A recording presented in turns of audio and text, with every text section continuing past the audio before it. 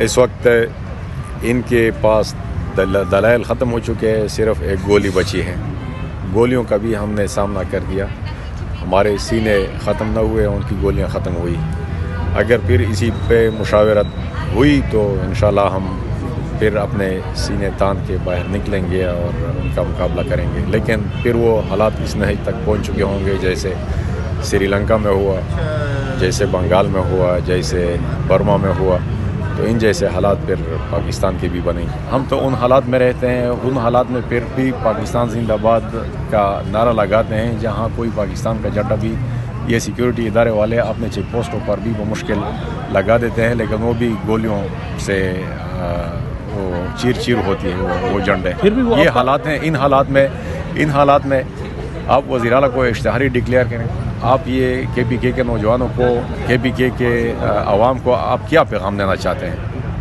پی کے میں وہاں جا کے پی کے میں کوئی جا سکتا ہے؟ وہاں کیا حشر ہوا ہے؟ کل بھی ان سے جو سیکیورٹی ادارے ہیں ان سے جو اسلحہ چھینا گیا ہے وہ میڈیا پہ ظاہر ہو رہا ہے. اور ہمارے بندوں میں جو 150 گئے ان کی سیکیورٹی اداروں والی گئے تھی ڈیری فارم سے، وہ لے کے گئے ملیٹنٹس، اور میڈیا پہ لوگ تماشا کر رہے تھے، مذاق کر رہے تھے. یہ ہمارے تو دل خون کے آنسو رو رہا ہے، جیسے اسٹیٹ کی نااہلی، کیا بے بسی ہم دیکھ کے کہ پاکستان کی ریاست آپ دیکھیں بلوچستان اور کے پی کے اس حوالے سے وفاق کی کیا سوچ ہے اور وہ کیا نظریہ رکھتے ہیں. بلوچستان کے حوالے سے انہوں نے کہا کہ سارے یہ بلوچستان والے ایک ایسی چوکی مار ہیں. اب وہاں جا سکتے ہیں کوئی؟ یہ سمجھے نا. اب کے پی اشتہارات یہاں پر دیکھے گئے ہیں سہیل افریدی کے خلاف. آپ کے سی ایم ہیں کے پی کے، کیا سمجھتے ہیں؟ وزیر اعلیٰ اس وقت اشتہاری ڈکلیئر ہو چکا ہے، ان کی گرفتاری بھی ہو سکتی ہے اگر وہ یہاں پر اسلام آباد میں آتے ہیں. اس معاملے میں کو آپ کس جانب جاتا ہوا دیکھ رہے ہیں؟ میں تو کہتا ہوں کہ 16 دسمبر گزر گیا، تو ایسے مواقع پر یہ جو اسٹیک ہولڈر ہیں اور جو ملک کے خود کو سمجھتے ہیں کہ ہم ہی اسی ملک کے اسٹیک ہولڈرز ہیں اور مستقبل کے فیصلے ہم نے کرنے. تو 16 دسمبر پہ اس حوالے سے کوئی باقاعدہ ایک نشست ہونی چاہیے تھی، ایک فکری نشست کہ 16 دسمبر کو ہمارے ساتھ کیا ہوا تھا. 16 دسمبر کو یہ ملک دولخت ہوا، اور وہ جس کی پالیسیوں اور جس کی ضد اور آنا کی وجہ سے ملک دولخت ہوا تھا، اسی پہ سوچنا چاہیے تھا. اس کے باوجود اب حالات اس نہج پہ پہنچ چکے ہیں. مقدمات کے حوالے سے ہمیں بتائیے گا کہ جو مقدمات یہاں پر آپ کے درج ہیں کس قسم کے ہیں اور انہیں کیسے فیس کر رہے ہیں؟ جی وہی کیس ہے جو ہمیں پارلیمنٹ ہاؤس کے اندر سے اور بلڈنگ سے گرفتار کے لے کے آئے تھے، اسی کی پیشیاں ابھی تک بھگت رہے ہیں. لیکن میں حیران اس بات پہ ہوں کہ ہم تو سول لوگ جنہوں نے پارلیمنٹ ہاؤس کی تقدس کو پامال کرتے ہوئے ہمیں گرفتار کیا تھا، ان کے خلاف ابھی تک افسوس اس بات پہ ہے کہ کوئی کارروائی نہیں ہوئی. تو میں تو خود سامنا کر رہا ہوں عدالتوں کا، یہاں بھی کھڑا ہوں، عدالتوں کے چکر کاٹ رہے ہیں. لیکن وہ لوگ کدھر گئے جو ہمیں سول وردی میں، سول کپڑوں میں ملبوس آ کے اور ہمیں پارلیمنٹ ہاؤس کے اندر سے اٹھا دیا کہ پاکستان کا آئین کچھ بھی الاؤ نہیں کرتا ماں سوائے اس کے پارلیمنٹ ہاؤس کا اپنا عملہ، اپنا سٹاف اس کو اسپیکر آرڈر دے دے اور ان کو گرفتار کر لے، پھر کسی کو گرفتار کرے وہاں پر. اس کے علاوہ کسی کو بھی اجازت نہیں ہے. لیکن میں پھر بھی امید رکھتا ہوں کہ انشاءاللہ ایک دن آئے گا کہ ان جیسے لوگوں کے خلاف کارروائی ہوگی. اچھا، اسپیکر نے تو خود ڈینائی انہوں نے کر دیا تھا کہ ایسے کوئی بندے آئے ہی نہیں کہ جنہوں نے پارلیمنٹ میں کوئی گھسے ہوں اور آپ کو گرفتار کیا ہو.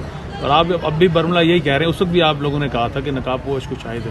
اسپیکر تو نہیں مان رہے آپ کی بات؟ اسپیکر کیوں نہیں مان رہے تھے؟ اس نے آن دی فلور استعفے کی دھمکی دے دی.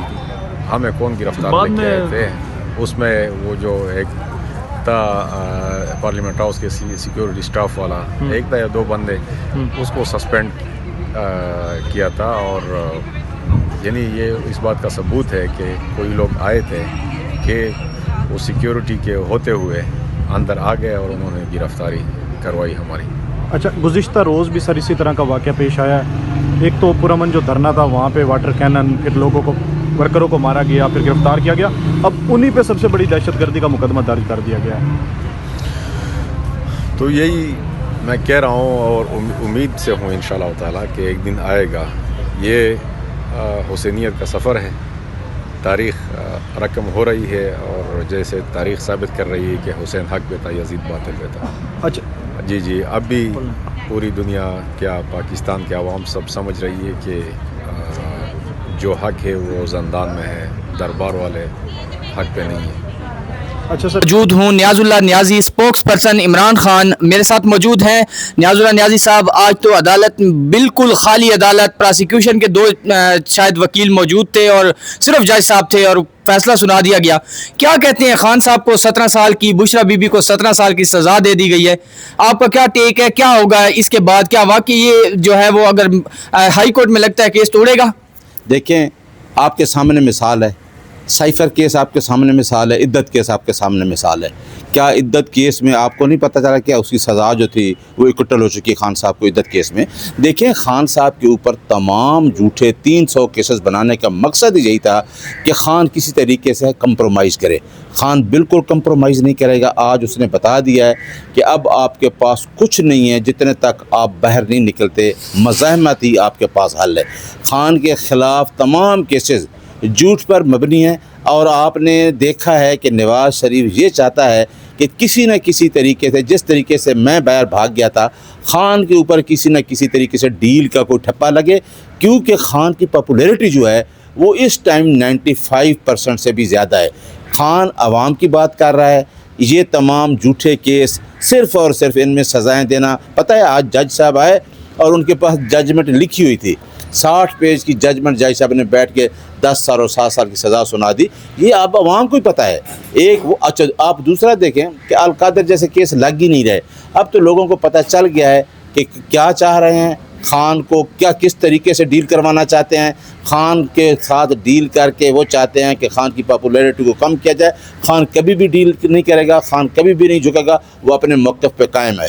کب تک جو ہے قوم کو آپ کہتے ہیں کہ یار خوشخبری جو ہے وہ خان صاحب کے باہر آنے کی، آپ کیا سمجھتے ہیں؟ آپ ایک بہت بڑے سینئر سیاستدان ہیں، اس کے علاوہ خان صاحب کے ساتھ آپ کا بڑا اچھا تعلق ہے، آپ کو اسپوکس پرسن بھی لگایا تھا. آپ کیا سمجھتے ہیں؟ خان صاحب لگایا نہیں تھا، میں ہوں. خان نہیں صاحب لگایا گیا تھا نا، ابھی ہیں آپ. ہاں، خان صاحب کا اور بی بی کا بھی دیکھیں.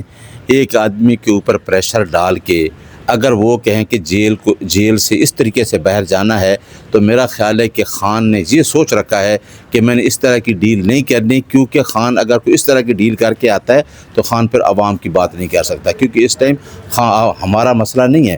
خان کے ساتھ وہ عوام کھڑی ہے جو 25 کروڑ عوام، اور جنہوں نے خان کو 8 فروری کا ووٹ دیا ہے. آج بھی ہماری کانفرنس اسی پہ ہو رہی ہے کہ 8 فروری جس دن مینڈیٹ عوام کا چرایا گیا، جو کہ کنسٹیٹیوشن مینڈیٹ دیتا ہے عوام کو رائٹ آف ووٹ کا، اس کے لیے ہم ایک لائحہ عمل بنا رہے ہیں. اور کل بھی یہ کانفرنس ہوگی کہ لوگوں کو، یہ پورے لوگوں کو ہم آگاہی دے رہے ہیں کہ یہ آپ کا رائٹ ہے، یہ آپ کی جنگ ہے. یہ چند لوگ جو 78 سال سے ایک ملک کو کھاتے آ رہے ہیں، ان کے خلاف جنگ ہے. تو لہٰذا ہمیں کوئی ڈر نہیں ہے. ہمیشہ ایسی جنگ تحریکیں لمبی ہوتی ہیں اور خان اس جنگ میں کامیاب ہو چکا ہے. خان کے اوپر ہر آدمی کو پتہ چل گیا ہے کہ تمام جھوٹے کیسز میں خان کے اوپر پریشر ڈال کے خان کو کمپرومائز کی طرف لایا جائے گا، لیکن خان وہ نہیں آتا. اور یہ جنگ ہم جیتیں گے انشاءاللہ. اب ہمارے پاس ایک ہی طریقہ ہے، وہ ہے آرٹیکل 15 آف دا کانسٹیٹیوشن کے ہم آئینی جو ہمارا حق ہے وہ ہم پورا کریں اور عوام کو باہر نکالیں. عوام کو باہر نکالیں. جو بھی نئی صورتحال ہوگی آپ لوگوں کے ساتھ جڑے رہیں گے. ابھی تک اجازت